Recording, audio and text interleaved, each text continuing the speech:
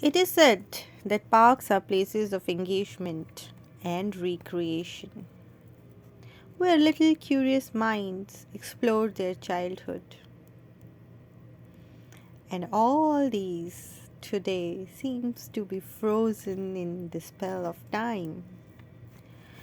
These places resemble to glamorous and magnificent sights of a staged show, frozen again in spell of time.